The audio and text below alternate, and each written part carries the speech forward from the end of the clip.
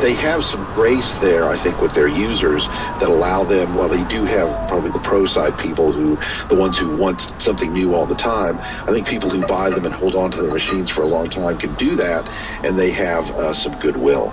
I think sometimes, though, also you get to the point where a product category it becomes as good as it kind of can possibly be in a way. And for a long time, Apple was leading the charge with little things like unibody aluminum construction and the Retina display and all they were able to stay ahead.